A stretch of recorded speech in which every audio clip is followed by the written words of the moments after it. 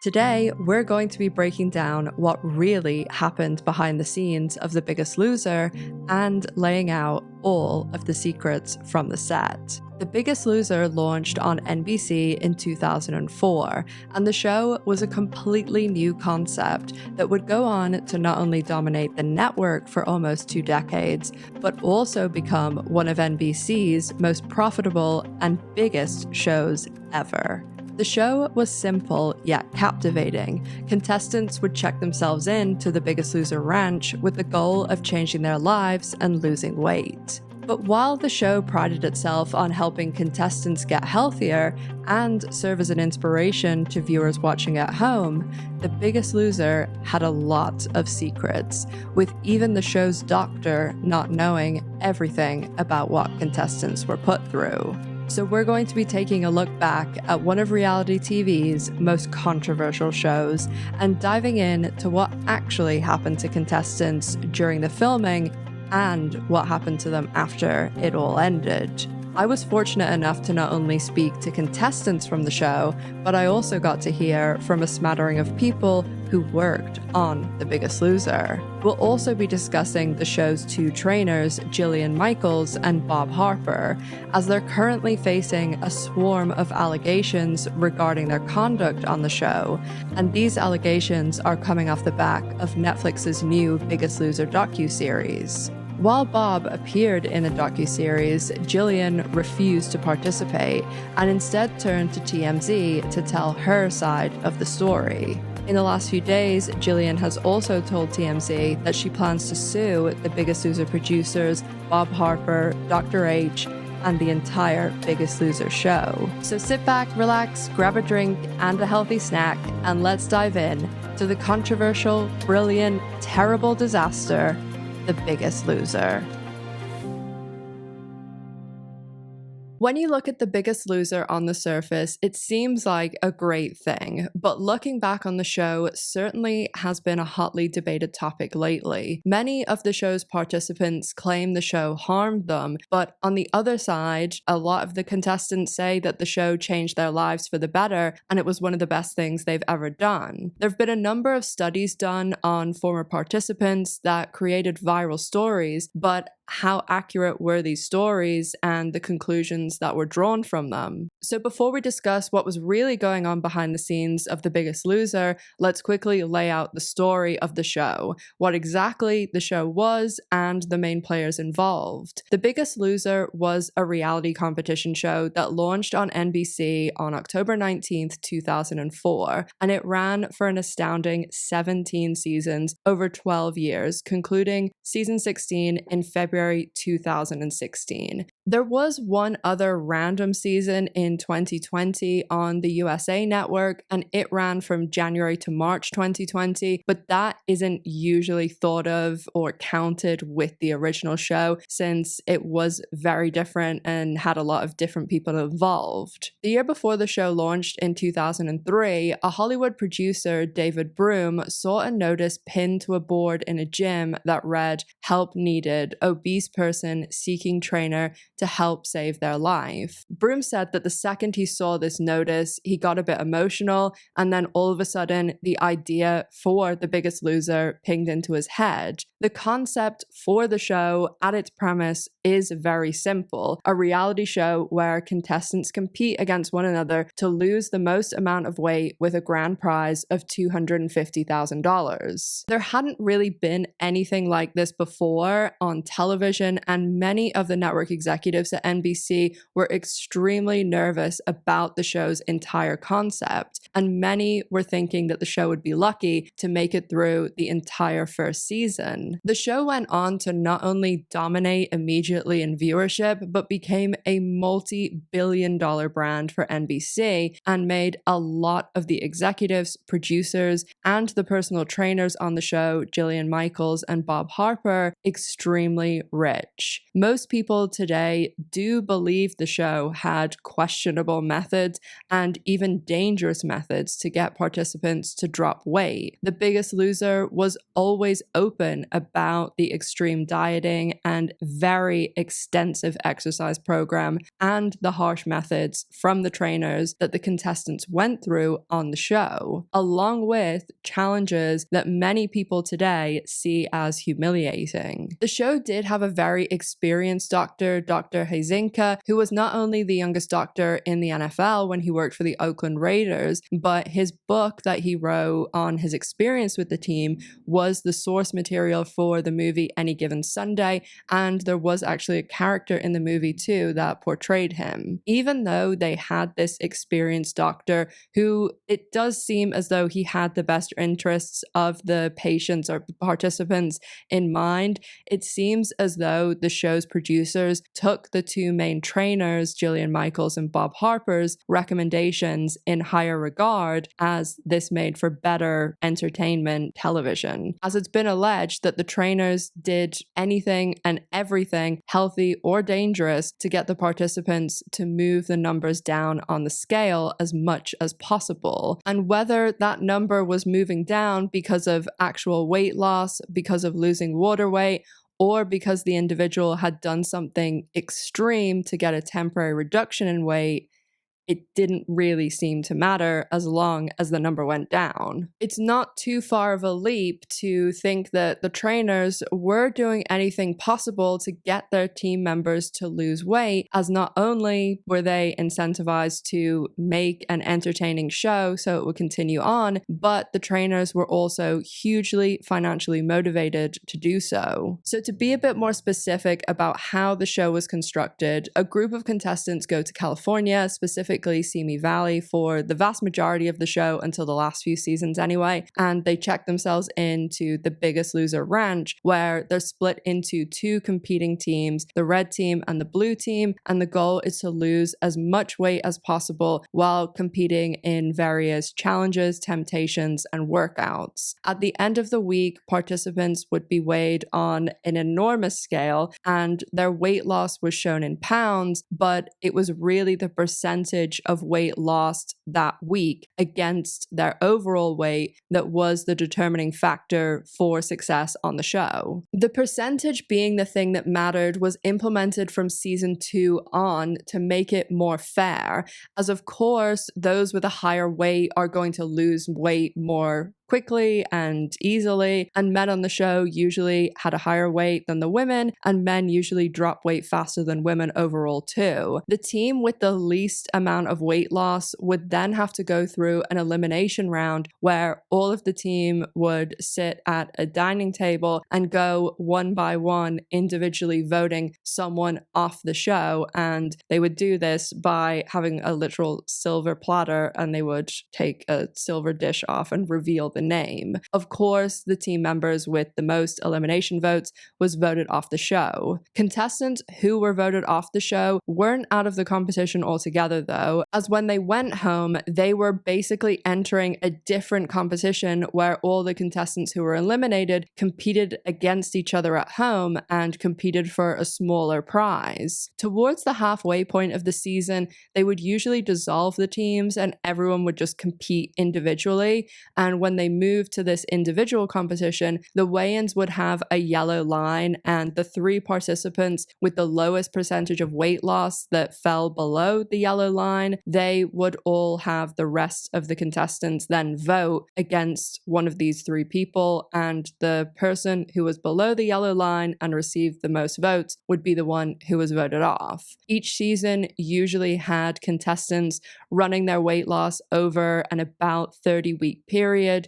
In the earlier seasons, the season was 11 episodes, so it was about 10 weeks at the ranch, and then they would have the final episode that would be a live final, but between the 10 episodes and the live final, there would be between 10 and 20 weeks of the participants losing weight at home. And so when you saw them at episode 10 and then you saw them at the live finale, there was a huge gap in between, and thus there was a even more dramatic weight loss at the live finale. When everyone would return for the live finale, the weigh-ins were done live in front of a studio audience and airing live with obviously a little bit of a delay on TV. As I mentioned, the contestant who lost the highest percentage of weight overall would win a cash prize of $250,000 at the live finale. The first 3 seasons of the show were hosted by Caroline Rhea, who played Aunt Hilda on Sabrina the Teenage Witch, and the vast majority of the rest of the show was hosted from season 4 onwards by Alison Sweeney from Days of Our Lives. Alison left the show after 8 seasons in 2015 at the end of the 16th season, and the show only lasted 1 more season after that, with the 17th season being hosted by one of the trainers, Bob Harper. Now, this all sounds like a simple concept, but being reality TV, obviously there's a lot more to it than people just losing weight,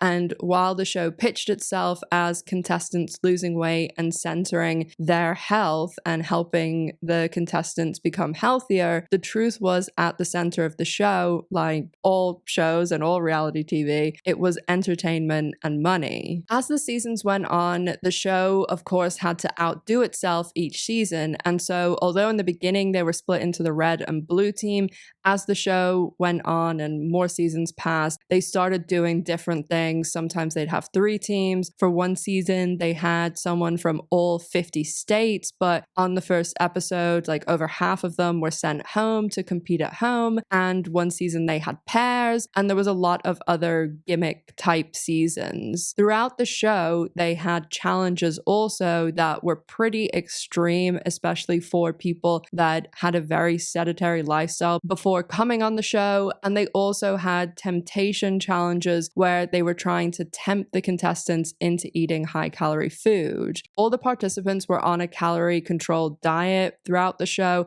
and worked out with the trainers between 4 to 8 hours a day. Although exercise has very little to do with weight loss, especially large amounts of weight loss that we're talking about on The Biggest Loser, weight loss happens in the kitchen, fitness happens in the gym. The challenges and extreme amounts of workouts were added to the show purely for the entertainment value. Both Bob and Jillian are personal trainers, and prior to the show, even now, they have absolutely no medical knowledge, no medical experience, and when they started the show, neither of them had ever worked with even overweight people, never mind obese people. They'd only previously worked with very fit and healthy people, and Bob Harper even mostly worked with celebrities before this. Even though Dr. Huizinga advised patients to consume between 1,200 and 2,000 calories and banned substances like caffeine, Bob and Jillian believed that Dr. Huizinga and all doctors had a bit of a God complex, which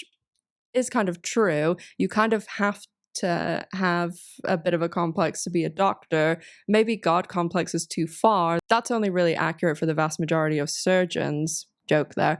But you have to be confident to be a doctor. My regular viewers will know I worked in the medical industry for years and years and had a small medical company brand that I just sold, and I still consult, so I'm still dealing with doctors a lot, but that was like my main job for many, many years. And even years and years ago, I worked in other medical companies, and doctors, they do just have to be confident. I mean, if you are literally in charge of people's well-being and lives, you do want someone confident. And to do that sort of intervention, you do have to not be arrogant, but you really do have to think that you know best. So despite contestants being advised by Dr. Huizinga, they were advised also by Bob and Jillian to follow their orders instead when it came to diet and exercise. Contestants would deal with injuries all the time too, which anyone working out 8 hours a day is going to deal with that. But when you're very heavy, which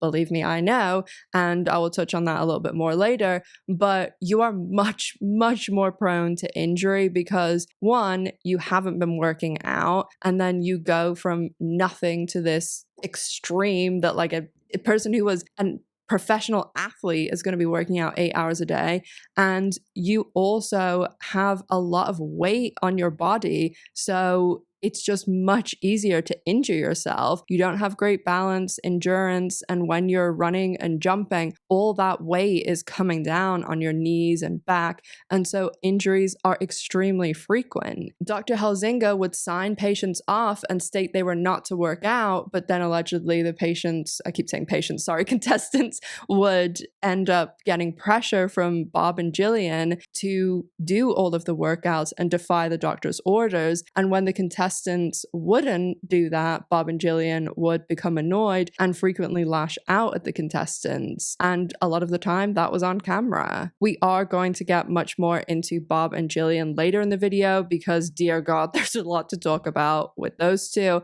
And a friend of mine actually reached out to some of their friends who worked on the show, and I did very, very briefly meet Bob once too. So we'll get into a lot more of that behind the scenes with them in a little bit. As the seasons went on, the ante was upped and upped. The challenges became more extreme and over the top, and they also sought out heavier and heavier contestants. I don't think it will surprise anyone to hear that, according to people who worked on the show, contestants tried to get their starting weights as high as possible. A former contestant told me that before the show started, they ate a ton of garbage to try and just get their weight as high as possible. And then some other people who worked on the show said that just before the contestants would weigh in on the scale, they'd chug tons and tons of water to try and get their starting weights higher. The weigh-ins also weren't as straightforward as shown on the show. The contestants were actually all weighed ahead of time, and then they would be put in the order to kind of drum up tension. Rarely were there actually a week exactly between the weigh-ins too. Sometimes it would be closer to 10 days or 2 weeks, and that's why the weight loss looked even more dramatic. The first season of the show, they had about 500 people try out, and after the success of the first season, they had thousands and thousands of people trying out every season. They usually had contestants make tapes and go to open auditions, and even some contestants who would go on to win the shows, they would have tried out multiple times before they were ever picked. With a lot of the contestants doing everything to push their starting weights as high as possible, there was of course the other side too. When the contestants went home, weight loss became basically their job for a few months before the finale, and with $250,000 on the line, people went to some pretty extreme measures. Contestants have said things like they didn't eat for 10 days before the finale. Many of them just did the cleanse that was really popular in the 2000s and early 2010s, which was basically lemon juice, honey, and cayenne pepper, and they'd also dehydrate themselves. Nearly all of the contestants have said that after the live finale, within a few days, they'd actually put like 10 to 20 pounds back on because it wasn't actual real weight loss. They had been doing these extreme things to get a temporarily lower number on the scale. When it comes to after the show and whether the contestants were able to sustain their weight loss, it seems to be about 35% of all contestants were able to stay within 20 to 30 pounds of the weight they were at the end of their season. And with the show being on for 17 seasons, that's a lot of contestants. And that makes it about 65% of contestants put their weight back on or more. But those numbers are actually better when you look at other methods of weight loss, even things like weight loss surgery. Most other weight loss methods have a much lower success rate. There have been a number of articles also that have come out over the years about how the show affected the contestants long term. There was a very small study done on 14 participants that was published in the New York Times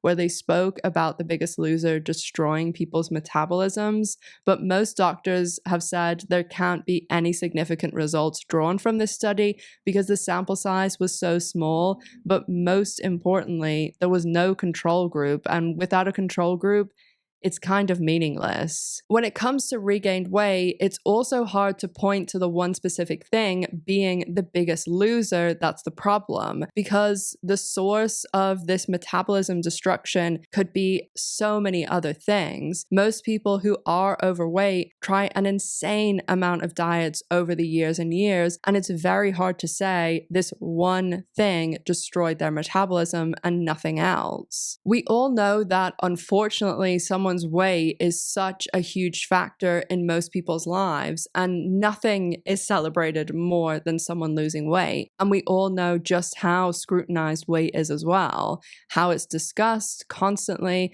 and how much it weighs on people's overall happiness and confidence. I'm sure there are people out there who their weight doesn't affect them and they're happy with themselves, and what a joy to be one of those people. But I know my audience is close to 80% women, and the vast majority are plus or minus 10 years of my age, 38. And I know just how much it affects my friends, family, and me. I did not have a weight issue when I was a kid. I was super fit, competitively horse rode, played sports, but my mom literally started weighing me when I was about 8. I went on my first diet when I was about 11 or 12 just to lose a few pounds. After a few years of living very heavy and it affecting pretty much every aspect of my life, I decided that I wanted to lose weight and said if I lost 100 pounds, I would start YouTube. And that's what I did with my original channel. I did go on to lose about 270 pounds. The first 200 was just with diet. And then I did start taking Wegovy because I started losing weight like years and years ago. And the other 70 pounds was through Wegovy, which obviously people have like different reactions. I'm very lucky I've never had any side effects or anything like that, but everybody should talk to their doctor and their pharmacist prescriber before they even think about taking anything like that. And it does work for some people and it's changed some people's lives, including me. To me, the best benefit, I would still take it even if I never lost another pound because it just gets rid of that food noise.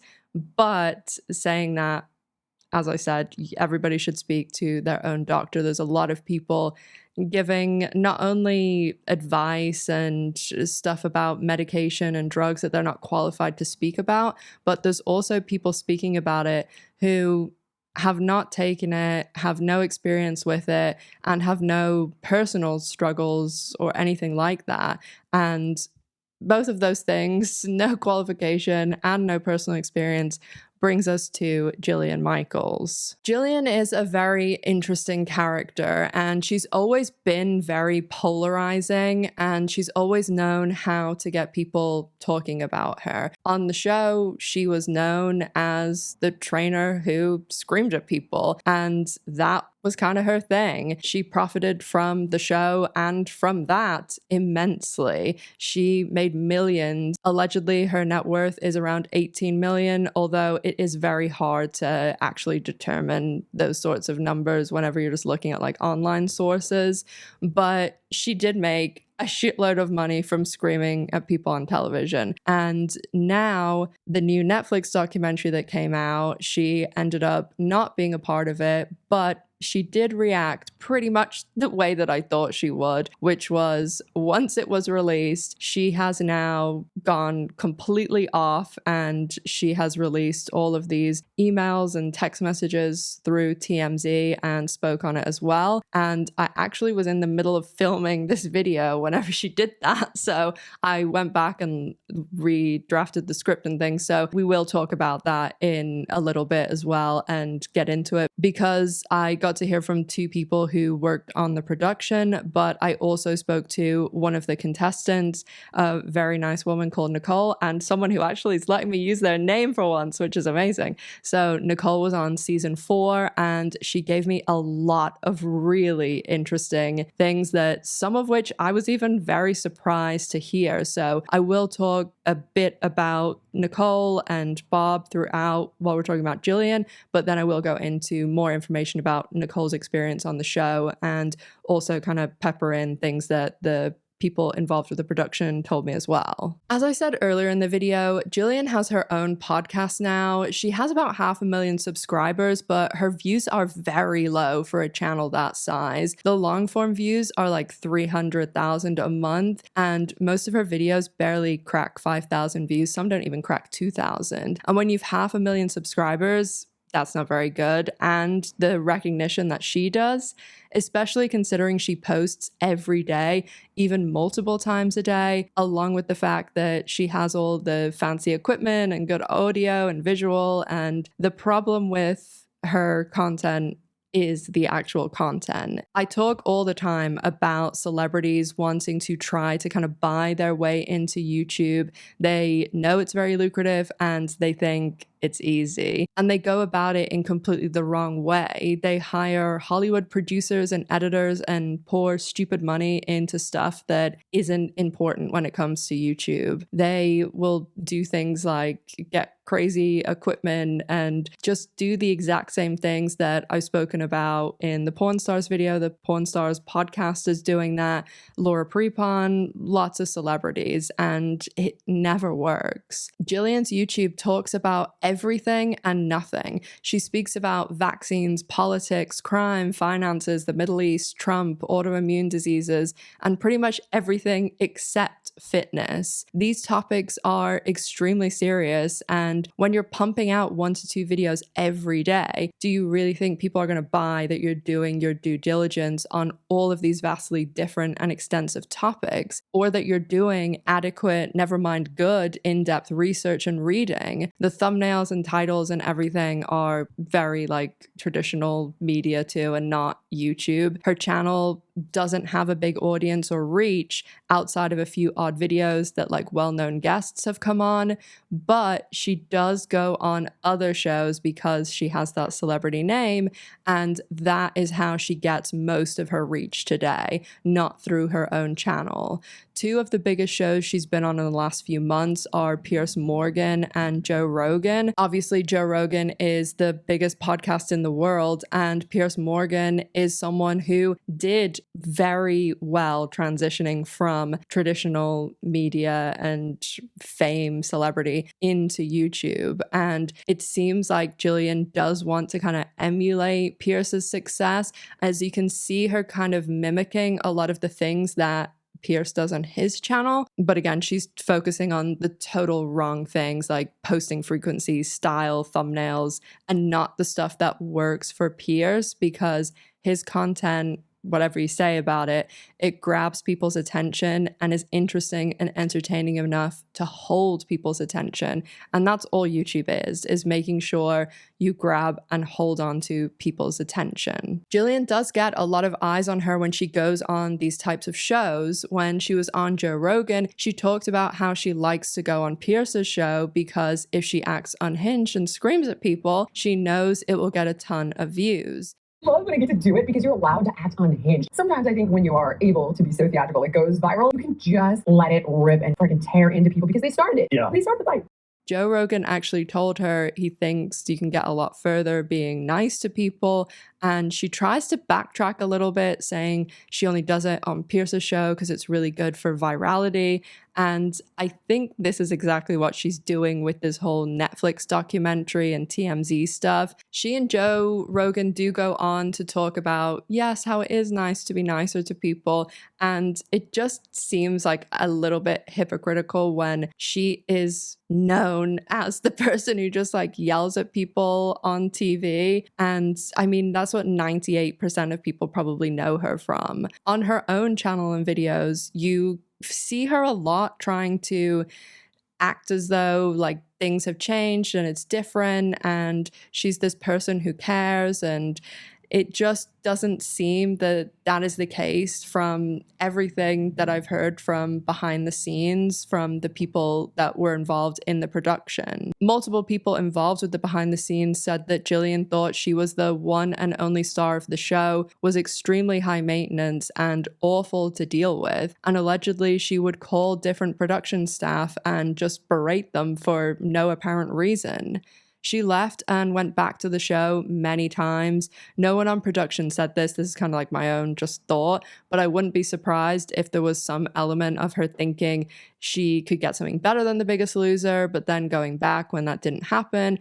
and or because she was asking for more money, even though she became a multimillionaire through the show. Nicole, that I spoke to, was actually on the season where it was supposed to be the first season that Jillian left, but then it was revealed like later down the road that actually Jillian had been secretly training this third team, that they thought all of that team had been eliminated on the first day. And Nicole talked a lot about Bob and Jillian's relationship, and she said the perfect way to describe them was frenemies. Nicole actually said that on her season that Bob didn't know at all that Jillian was going to come back, and I was kind of surprised to hear that, because sometimes they'll make that stuff just seem like, oh, it's a surprise or something for TV. But she said no, like they really thought Jillian wasn't on the show. They thought that those contestants had left. And when it was revealed that they were actually secretly training with Jillian, Nicole said everybody was actually really surprised. Nicole said that Bob talked about Jillian when he thought that she wasn't on the show, and said that he loved her, but she drove him crazy. And Nicole said that she thinks that at one point they did genuinely like each other,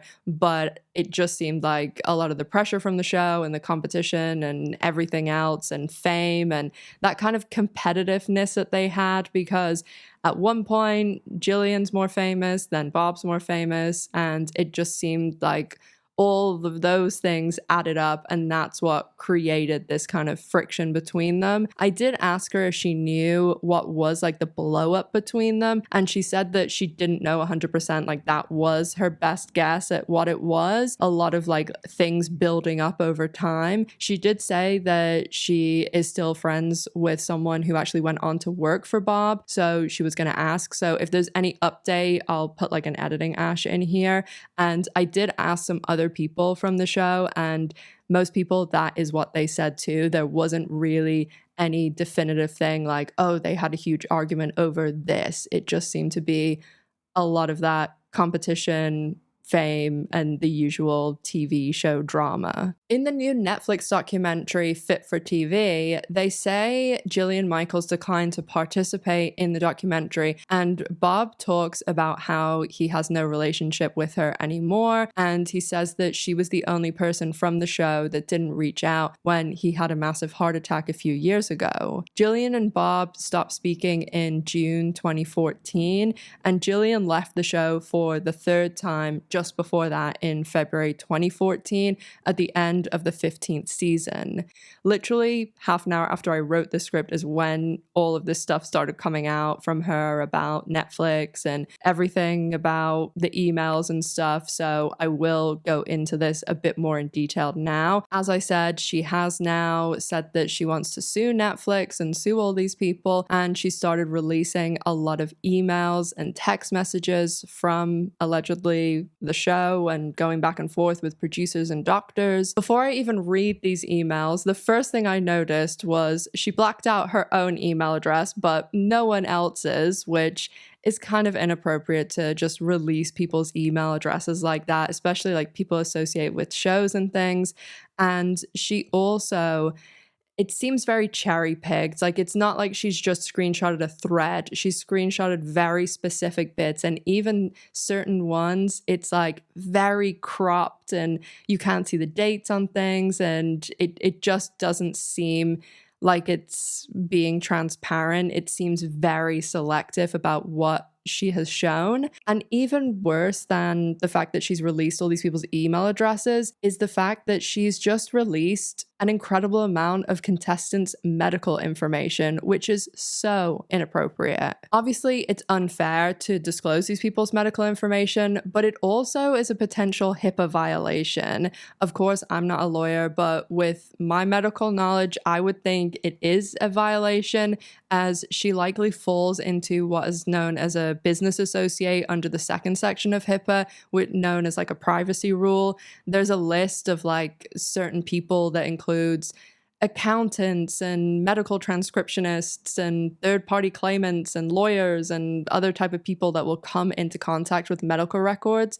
And I would think she's included in that. So that is not a good look to be releasing people's medical information. She also included this screenshot of a text that she said is the last or second to last, text that she sent to Bob. And it read, "I really think it's shitty of you not to even respond to my text. It's this kind of thing that makes me so disappointed by our relationship." She doesn't show anything else because Bob said she didn't reach out after his heart attack, and this message is dated June 2014, and she said that it was the second to last text. So she's saying he is right in what he said, that she hasn't contacted him again, and Bob didn't respond according to her, but we don't know what came before this message. We don't know what was said. We don't know what the context is. We don't know anything. So it really doesn't show much other than show that she didn't reach out after Bob had his heart attack. I'm really interested to hear people's thoughts on Bob, especially if they watch the Netflix documentary, as a lot of what I saw online, people speaking about the Netflix documentary, was very split, with a lot of people not liking a lot of the things that he said on the Netflix documentary and saying that he didn't come off well at all. But the contestants that I spoke to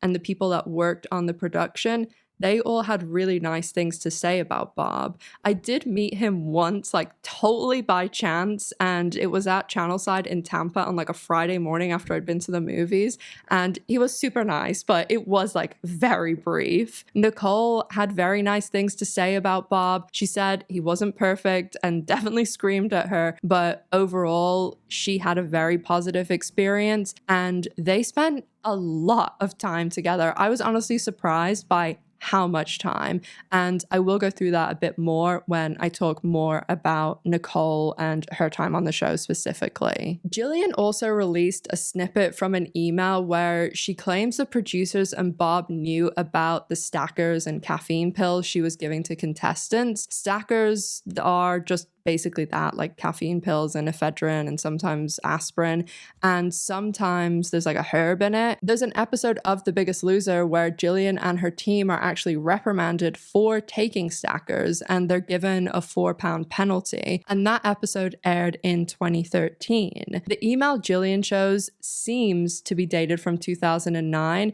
but it's in a very cropped screenshot, and you can't actually see the date that email was sent. It's the one underneath it. It's from obviously an iPhone where, the older emails are different colors, and we don't know when this email was sent. She could have just honestly hit reply to that email from back then and just type that in. There's nothing really concrete. It just is this a very selective screenshot with a lot of missing information. And there's one other email where Bob is CC'd in, but the doctor, he isn't specifically. She says there's someone CC'd in that was working with the doctor, but again, there isn't a date, and it's missing a lot of other information. In the Netflix documentary, Dr. Hazinka says he banned caffeine, but it is stated many times that it was the trainers giving these stackers and advising patients to go against what the doctor had said. Bob does say in the documentary that he didn't give them to his team, but Jillian does show the snippet from the email where it does seem like Bob is CC'd in. In the email, she's asking a producer to go to GNC and buy her stacker to give to them rather than another brand because her stacker is cleaner. There is another area of hypocrisy with Jillian, that she talks badly about Ozempic and weight loss medication that have studies and research and are prescribed by doctors, but she's promoting fat burners and it's just other absolute garbage. And actually, she herself was sued for false advertising related to these fat burners. The company Basic Research LLC and Jillian were sued in a class action suit for false advertising when marketing Jillian Michaels Maximum Strength Calorie Control, which claimed to promote weight loss by only taking 2 pills before a meal. Basic Research was given the most outrageous award for Quackwatch 2010 Slim Chance Awards, which is awarded to promoters of weight loss schemes.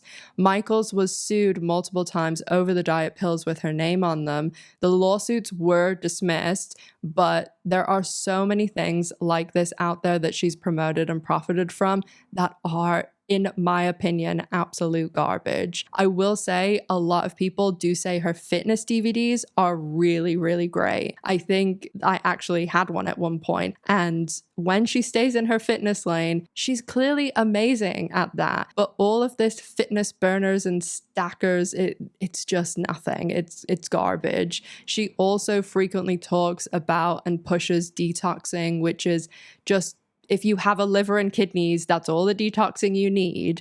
I talk about this a lot in my Kardashian trilogy. You used to go into CVS, and I honestly can picture the Jillian Michaels stacker fat burner things and all of the detoxes. And it's kind of like the whole Lemmy gummy thing the Kardashians are pushing now. And all of that stuff really infuriates me because it's playing into people's insecurities and just trying to take their money and giving them false hope.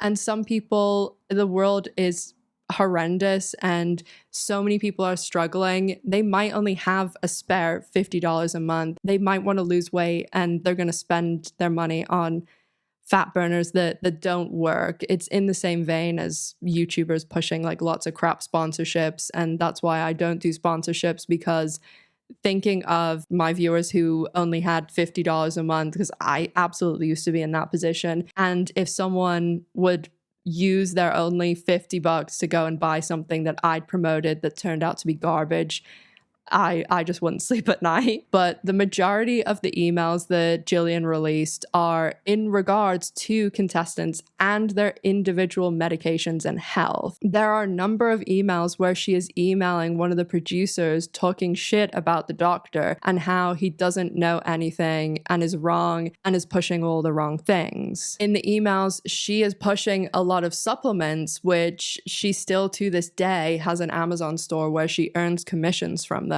and they're totally unnecessary supplements apart from a small amount of people. The producer she speaks with and is trying to get to like overrule the medical advice of the doctor says back to her in an email that she's still getting how medical is handled on this show, so she doesn't have the correct knowledge either. The average person doesn't need supplements. Most people get everything they need from a diet. People who are on a TV show to lose weight, having blood tests and a doctor overseeing their care, will not most likely need supplements unless there's something in their blood work that determines that they do. Since I lost a lot of weight, I need to take iron supplements, and a few months ago I had to take folic acid. I took the folic acid for 3 months. My bloods were ran. I'm good now. The bloods still show that I need to take iron. I still take iron. Plenty of people need to take supplements for diets if they're vegan, vegetarian, people with deficiencies or certain diseases, but the average person doesn't need to take 25 different supplements. Most of the time, if you're doing that, taking tons of supplements and taking supplements on top of a balanced diet, you're pretty much just creating very expensive urine, as your body can only absorb so much. It just gets excreted out. There's an email where Jillian sends the producers an email saying they need to be taking fish oil, and then she links an article or several articles that say fish oil may help the elderly.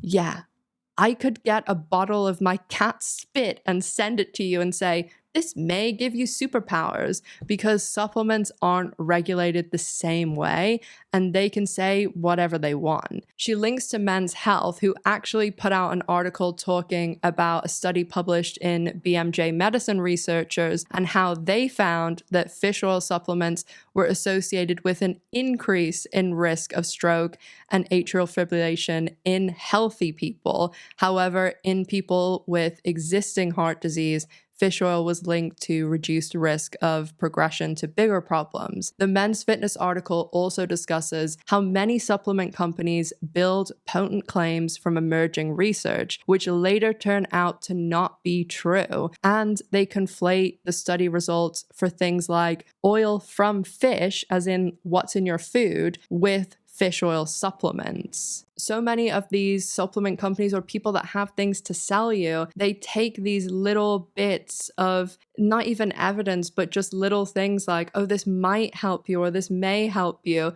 but we need to do an actual study. We need to do actual research. And they just blow it up into this huge thing and convince people that they need this stuff when they don't. And again, I'm not saying that there's not people who don't need certain supplements and things. As I said, I take iron, but there is this absolute overabundance of supplement consumption and also things like fat burners, which that's not a thing. If fat burners were a thing, we'd know about it. Sorry if I sound annoyed about this. It just really infuriates me because I see this so much in my clinics where people are spending so much money on nothing. And there's even some of these supplements that can cause harm. I have one more soapbox tiny rage, and that is in regards to the, in my opinion, the most egregious email that was released by Jillian to TMZ. And this is the one discussing a patient's actual medical diagnosis, one that some people would define as sensitive, and one of their prescriptions. There was an email chain, and this email chain you can actually see like who it was to, who it was from, the date, the timestamp, and this was released to TMZ by Jillian, and it was to and from Dr. Huizinga and Jillian, and it was a back and forth between Jillian and Dr. Huizinga, and it was about a patient who was taking metformin. In the email that Jillian sent to TMZ explaining this email, she said to TMZ that she never took the patient's or the contestant's health into her hands, and she'd always asked for a medical specialist to be brought in, and that Dr. Huizinga was not an endocrinologist, and any normal doctor would refer something out of their specialty to a colleague. So she says that to TMZ, and then she attaches this patient's medical information, and I'm going to actually read you this email exchange so that nothing is taken out of context. So Dr. Huizinga says, patient's name, was given metformin, presumably for diagnosis of PCOS, and given her low initial glucose, GTT, HbA1c, and insulin. I stopped her metformin at day 1. I've enclosed her initial and serial week 1 and 2 labs. Given that she vastly took in too few carbs the first week, the subject matter of my first talk with contestants, you can see her glucose fell to 49! In brackets or parentheses, this is cold turkey off metformin! If she had been left on metformin, she may have had a critical hypoglycemic episode. Even week 2, she remains on the low side for glucose. Doctors that prescribe metformin tend to be way out of touch with optimal glucose control of these with DM2, diabetes type 2. In this case, metformin was strongly contraindicated in the face of beginning exercise-centric weight loss. And then about 20 minutes later, Jillian replies, Bud, these drugs need to be weaned off. Weaned spelled wrong. While my hope is that she does come off, that I don't believe contestants should be ripped off anything. They should be gradually reduced over time. This is why her numbers have been bad. Can we just run these labs past Van Herel? In addition, I have not asked the contestants to give up carbs. She's eating carbs. Last but not least, metformin does not directly lower blood sugar like insulin does. It aids the body's response to insulin, but does lower the amount of glucose produced by the liver and the glucose absorbed by food. You have an endo do this. You cannot just rip people off meds. If I received that email from a non-doctor, I'd be very annoyed. But I know all of the doctors I work with, they'd all find this very inappropriate, and some of them would go absolutely fucking nuts if they received an email like that from somebody who wasn't a doctor.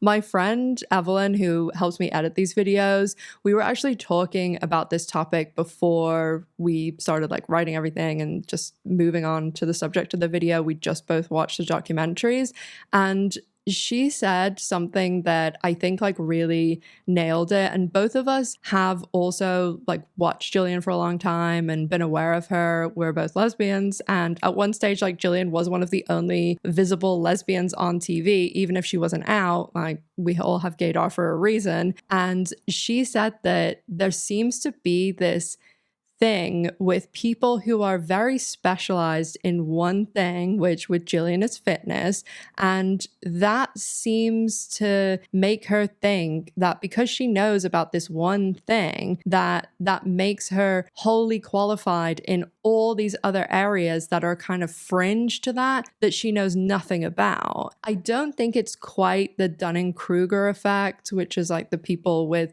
the least amount of knowledge think they know everything, and people with actually a lot of knowledge are very, passive about how much they know and are always like, oh, maybe I should look into this more, or maybe I don't know as much as I think I do.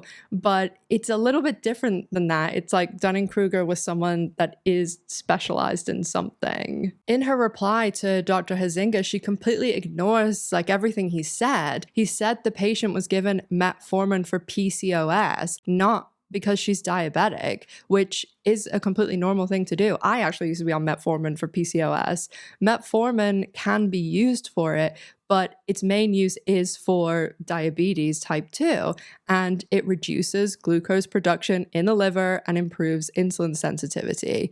The patient's labs aren't attached, obviously, to this TMZ thing, but Dr. Huizinga did attach them for Jillian, and he explains exactly why he has taken this patient off metformin. A patient like this that is going onto a show, they're saying it's week 1 and week 2, the patient is overweight and has had a very bad diet. So even though they've been taking metformin for PCOS, it will have been bringing down their blood sugar. But he's saying that the patient is dramatically reducing their calories. They're not going to be having sugar or anything like that. And they're going to be doing a ton of exercise. They don't need metformin for diabetes. They were just on it for PCOS, but it's contraindicated because they are going to be on this low calorie diet and doing lots of exercise, and that is going to bring down their blood sugar. So the metformin would bring it down even more. The response from Jillian, I honestly know doctors who would lose their shit over an email like this. Even things like her saying, I've not asked the contestant to give up carbs. He didn't say that. He said she took in too few carbs. She has completely disregarded everything he has said in the email and ignoring, in my opinion, good medical advice. Telling a doctor point blank, these drugs need to be weaned off. You have no qualifications to make that assessment, and to go on to explain to a doctor, never mind a very experienced one who was in the O.J. Simpson trial, who was the youngest doctor in the NFL and was on the Oakland Raiders team, what glucose is and like insulin and what are we doing here? And she also talks about endocrinology and send this to endocrinology. And in other emails to producers, she talks about him working outside of his specialty. And in the email that she sent to TMZ, she says that he was basically doing something wrong, practicing endocrinology without being an endocrinologist, when, yes, do a lot of people who are diabetic and things like that go to an endocrinologist? Yes. But Dr. H is working on a show about weight loss. I'm sure he has done his homework, and it is completely within general practice to take someone off metformin, put someone on metformin for PCOS and things like that. And it's just a completely normal thing. Hi guys, Editing Ash and Editing G here.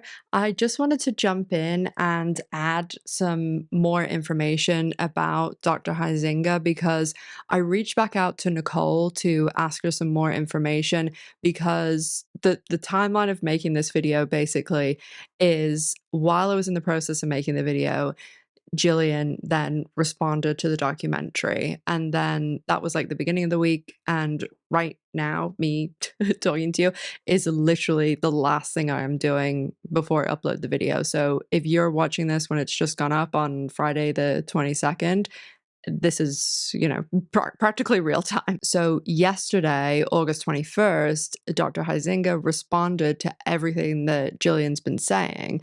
And so after that happened and, I was nearly done with the video, I reached back out to Nicole and just asked her, what was it like, being treated by a Huizinga? Like, how do you feel about him and your overall care and everything like that?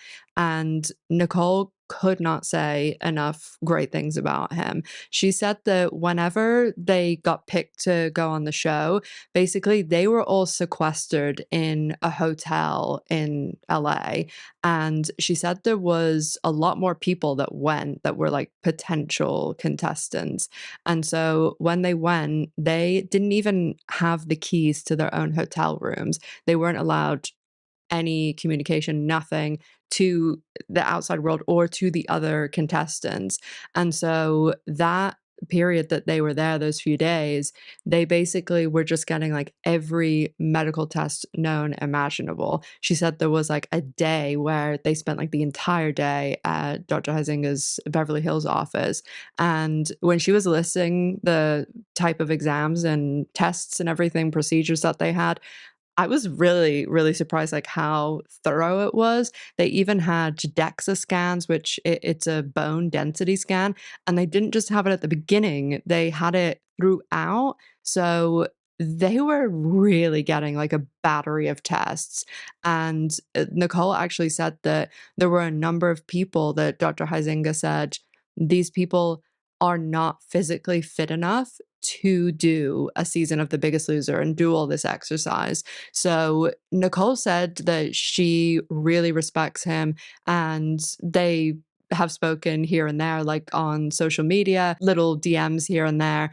And she said that she actually knows that there's been a number of past contestants who've reached out to him, who he's given medical advice to, or, just his opinion and things like that. Always open, always willing to speak and talk to everybody and do anything he can for them years and years after the show. She felt like he really, really cared about his job and the patient or the contestants. And she also said that, when it comes to Bob and Jillian, at the end of the day, it is a competition for them. And Nicole said she didn't know this for a fact, but she said that she thinks that the trainer gets a bonus if their trainee is the person who wins the season. And in the Netflix documentary, one of the participants, actually the first ever winner of the show, he says, and Jillian has refuted this, he said that whenever he won, she went over and hugged him and said, Ryan, you've just made me a millionaire. Again, Nicole doesn't know that for a fact.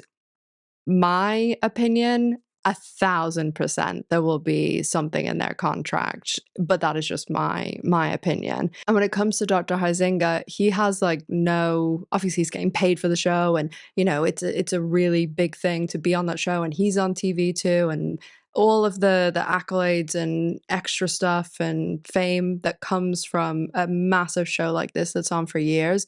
But at the end of the day, it doesn't matter to him who wins. The trainers, it does. And this is just a really like small example of what Nicole and I mean by this, is that Nicole said that after they would do like the really, really intense like exercise and everything, that Dr. Huizinga would recommend that they take this. It's basically like putting baking soda in a drink, and it's really good for replenishing your electrolytes.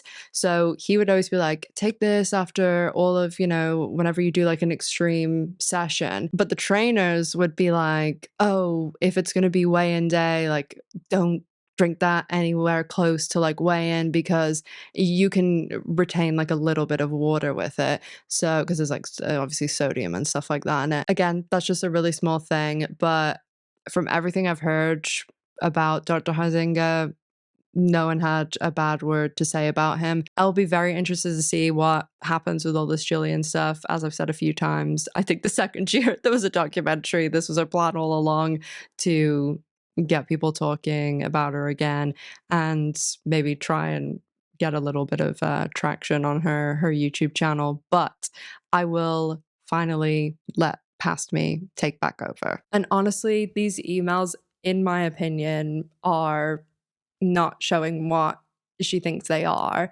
In fact, the emails that she includes to the producer, Lisa Hennessy, I think prove kind of the opposite of what she's trying to show. There are several emails back and forth between her and Hennessy where Jillian talks really terribly about Dr. Huizinga, saying that he's wrong and he has all these problems, and she calls him an ass and says he doesn't know what he's doing. He's practicing outside of his scope of practice. While I've been filming, Dr. Huizinga responded to the whole situation with Jillian and TMZ and said pretty much what I have said here, that the receipts don't prove what she says that they prove. In Jillian's Instagram caption with all of these screenshots, she says these screenshots prove that the doctor knew about all of this stuff, the stackers and the caffeine. These emails prove that Bob knew about it. These emails prove that Bob was the person who had the idea about it. And the screenshots show none of that. Also, as I mentioned, she was reprimanded on the show and had to issue an apology about giving her team caffeine pills. And several of her team have spoken about how she did give it to them, even one of them on the Netflix documentary. So if we're to believe the scenario that they all knew about this, everybody was taking caffeine pills the whole time, all of the teams were, why a decade after? Because when she had to issue this apology, it was well into the show. Why would they have that all happen? And I'm not saying that, reality TV doesn't orchestrate these things, but in the Netflix documentary and all of the other stuff over the years that's been talked about, it was shown that this was like a legitimate thing. Even contestants have said that. Even Alison Sweeney, who was the host from season 4 onwards, she says in the Netflix documentary that when she got to set that day and was told what was going on with the caffeine pills and that this was, this huge big deal, that it was creating like a massive discussion on set and there was like craziness going on. And she said that when she was told she would have to reprimand Jillian on camera and reveal that they were going to be getting this £4 kind of penalty against the team, she said that she was terrified and she was like, why am I the one that has to tell her and go over all of this stuff? As I just mentioned, Alison Sweeney, a very quick segue to discuss Alison Sweeney and the other host, Caroline Rhee. Apparently, they are two unproblematic queens, as everyone that I spoke to who had to deal with them said that they were really, really nice. So congratulations to them on that. And congratulations to everyone else who had to deal with them.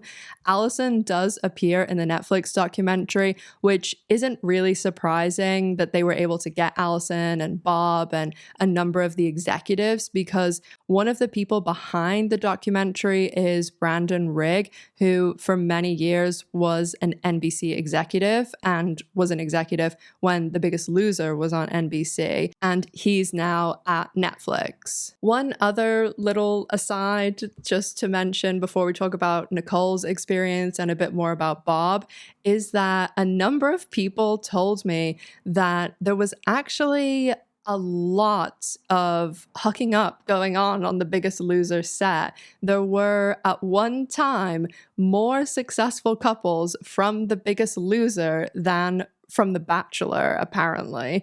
And there was also a lot of affairs and things going on the set. And that was decided not to be covered. Obviously, because they were filming them all the time, they got a lot of this footage, but they decided, oh, we're not going to go down the route of, you know, couples and hooking up and all of that stuff, because I'm sure that didn't fit into their agenda of the way they wanted to put patients out there. And they did actually also, for the Netflix documentary, interview one of the successful couples from The Biggest Loser, Matt and Susie, and they shot with them and everything like that, but they were cut from the final edit and they weren't included in it. So to speak about Nicole's experience specifically and a little bit more about Bob, as I said, Nicole was on season 4, and I honestly was so surprised by how much time she spent and the team spent with Bob. Nicole said that obviously she was on like an earlier season, and this was really like the start of the peak of the show. And she did say that she knows that a few seasons in, things changed because they started bringing in other trainers, and then like Bob and Jillian would just really be there for the on-camera stuff. But she said during her season, they were together constantly. She started to tell me that they had 2 to 3 dark days a week, and I was expecting her to say, oh, and dark days are days they're not filming. And I expected her to say, oh, and we didn't see Bob those days. But she said no, on those days, he would take them for hikes. And for her birthday, he took her to this like really fancy sunglasses store and bought her these really nice designer glasses. He took them to the closing of his condo. He took them to his friend's 4th of July pool party. And I was really surprised, again, how much time they spent together. She said they used to joke that Bob was nicer on camera and Jillian was nicer off camera. But she said Bob was definitely tough, and there was moments that he shouted at her, and even once one of the camera women put down the camera and was like, Bob, stop. But she overall had a very positive experience. Nicole has spoken about her experience on her social medias, and because obviously I'm using her name and stuff, which is great. I love my anonymous sources too, though. I will leave Nicole's social media linked down below, and you can go and see her videos where she talks about stories from the set and, just the show in general. And I think why she had such a positive experience is because she really went in with the right attitude, just speaking to her. And even though she was in her early 20s, she seemed to know what she was getting herself into. She said she wanted to get into the entertainment business, and she's actually an on-air radio personality now in Philly and Boston. She said she wanted to be on TV, and she knew she was entering a game show. She said she was much more motivated by the being on TV part rather than the prize money, but she got really far. She went home week 13, the week basically before the finale. She said that she went in knowing this is a game, and she knew also that she could leave at any time. No one was forcing her to be there, but she said she was loving it. She was in LA, she was on TV, and she was losing weight. She also said she was never given any pills, stackers, caffeine supplements, or anything like that. And she was on Bob's team the entire time, and her show was shot in 2007. Overall, I think The Biggest Loser was definitely a product of its time, and it became not only insanely popular, but I cannot imagine how much money has been made from this show for NBC with all of the product placement too, because my God, it was relentless and shameless. In fact, The Biggest Loser literally was the show with the most product placement in television for some years. And the product placement and branding is what turned The Biggest Loser into a multi-billion-dollar brand. And it's why all of those jokes in 30 Rock were absolutely true. Because this is NBC. The Biggest Loser Network is our NBC priority pie chart. Big red part, you can see, is The Biggest Loser. Because NBC has profited insanely from The Biggest Loser. The product placement, the branding, but also because The Biggest Loser, it's a reality show and it's incredibly cheap to produce. Not only did The Biggest Loser license the brand out for everything from Subway partnerships, video games, cookbooks, protein, exercise equipment, meal supplements, even cruises, and a Biggest Loser resort, which is still open, not only did they have every product known to man, but as I said, they also would have product placement within the show. This had to be insane money because you would see on primetime TV at one stage the #1 reality show falling over themselves to try and explain why you needed to buy this Ziploc branded bag, because it was a crucial element of your weight loss. And they would do this every week with so many different products. And it kind of became like a bit of a joke for people watching because it just so over the top. You make all your chicken for the week, and then we're gonna use Ziploc vacuum freezer bags to store it all. And it'll be ready for you to take to work, take traveling with you, take to the gym with you. You always have healthy foods, you always have snacks.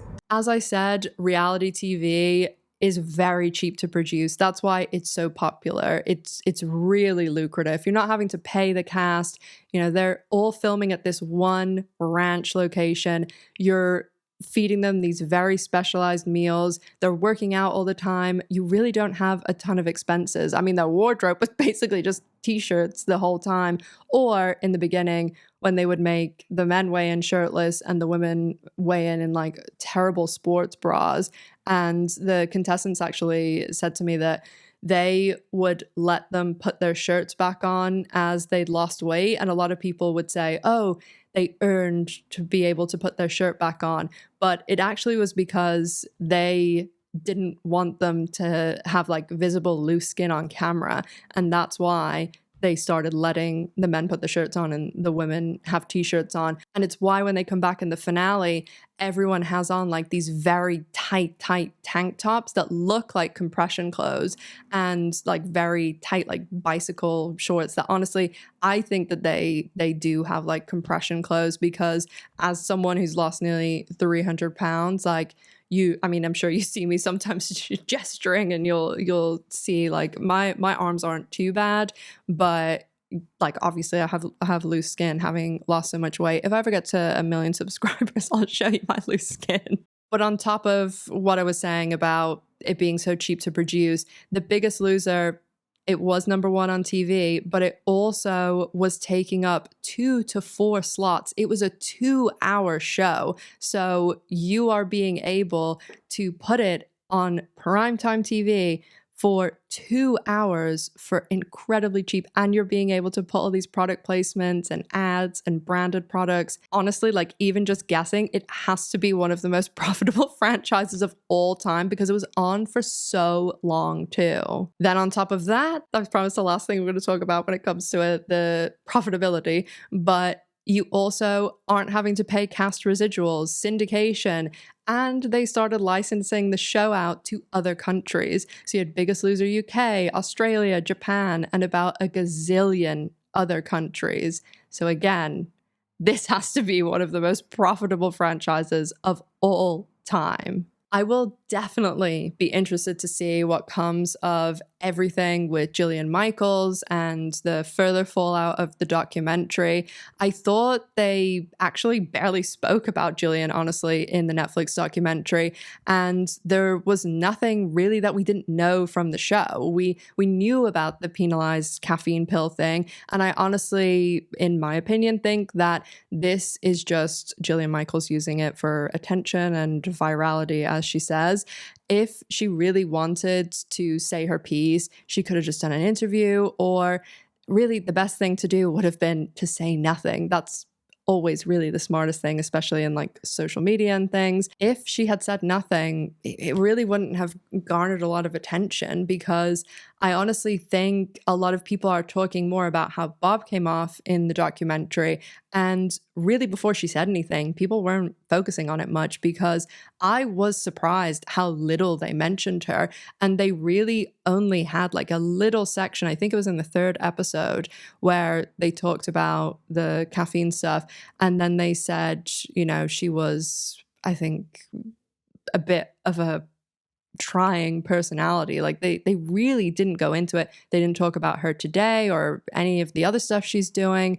And I just think this is exactly what she was planning to do. And of course, now she's saying, like in Instagram comments, that she's limited, that she had to speak out because, you know, they were manipulating things and just like they did on the show. And it's like, yeah, it's reality TV. Like we all know it's manipulated, and you were on it for 17 or 16 seasons.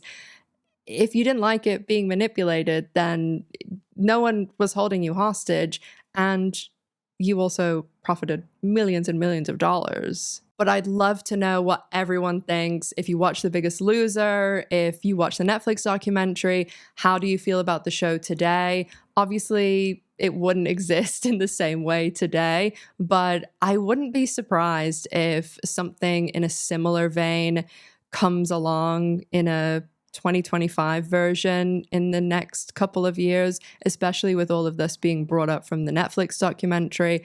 And I think just so many people watched the show and it was so popular for so long that everybody nearly has an opinion on it.